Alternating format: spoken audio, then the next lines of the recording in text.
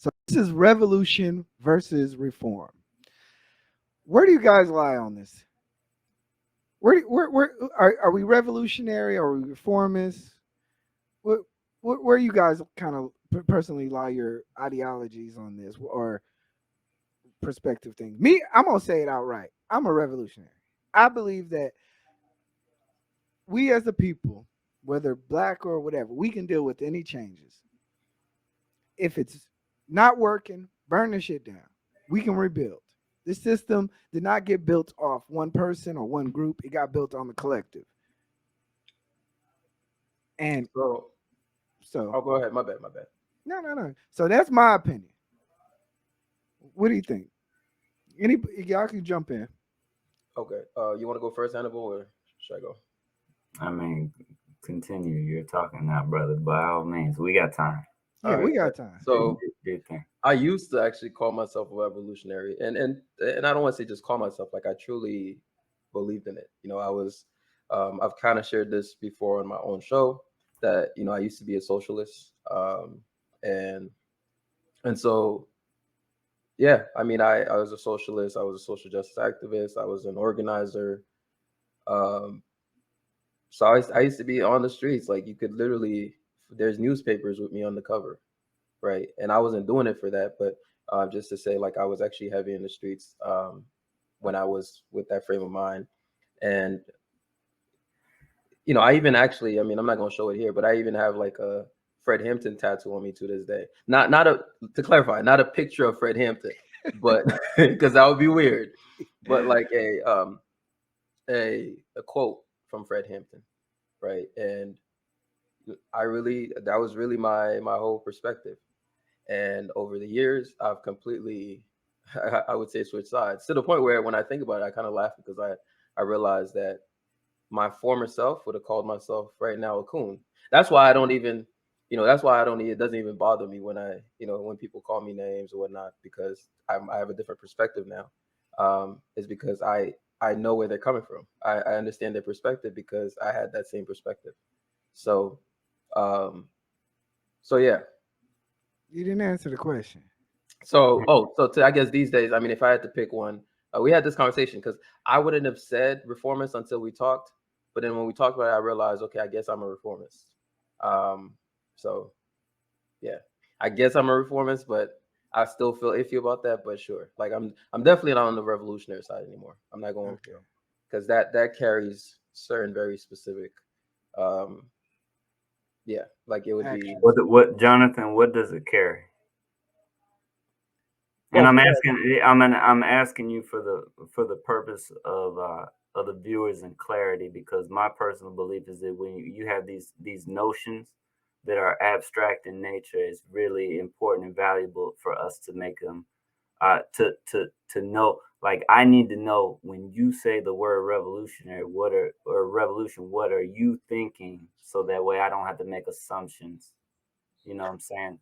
Sure. So eBlack gave like the definition that he's going by, but I guess for me, if you want to just me to clarify where I stood, I looked at the revolutionary mindset in two.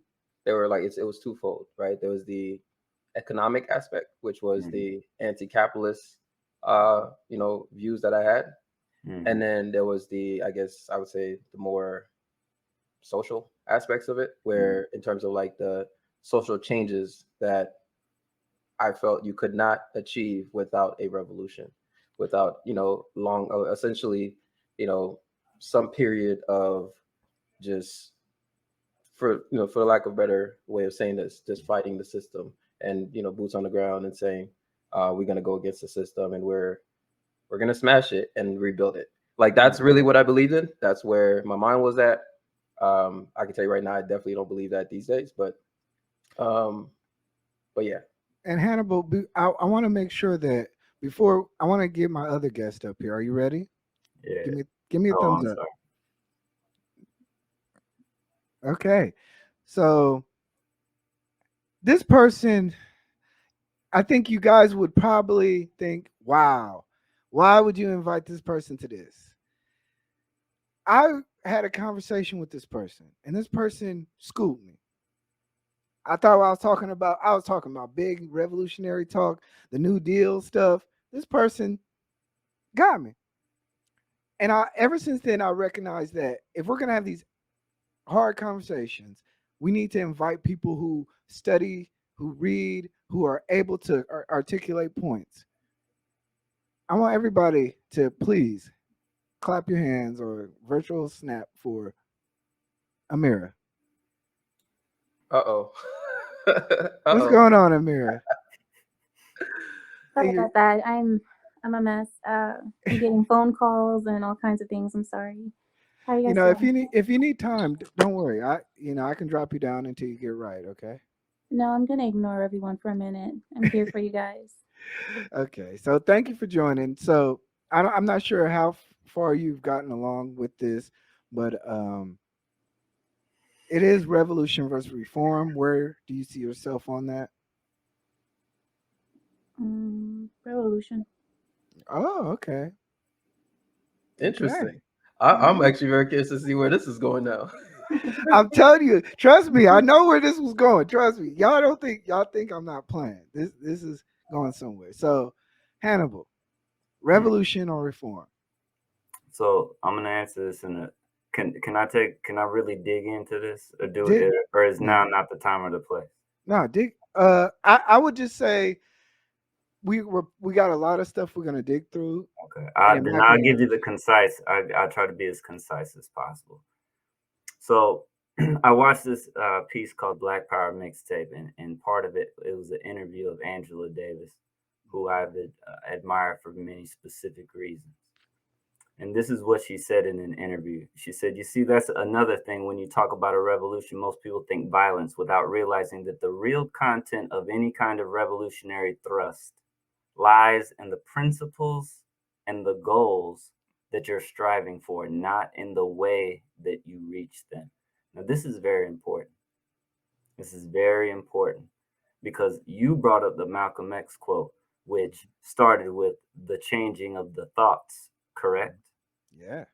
Now, so I'm going to give you an example of something that could happen that would be very revolutionary in this country that we live in without the shedding of a single drop of blood. Now, let me caveat that I'm with the shits, okay? Yeah. All right. Like I've clashed in violent manners. I'm not trying to say that we should flee from violence because there are times when it's required. But the point is this. The point is this. If everyone in the United States stopped looking at the waging of war and the celebration of armed conflict throughout the world in a patriotic and a positive and in a necessary way, and we Hmm. started looking at the waging of war and military action, offensive on the part of the United States as grievous and unsavory, and we started uh, raising hell when they expand the military budget, and we started raising hell when they deploy teenage boys and 20-year-old boys to theaters of combat so they can kill other poor teenage boys just to make sure rich people stay rich and the economic way of doing things is maintained. Like if we all turned away from that like hard, that would be revolutionary because this country is a warmongering country.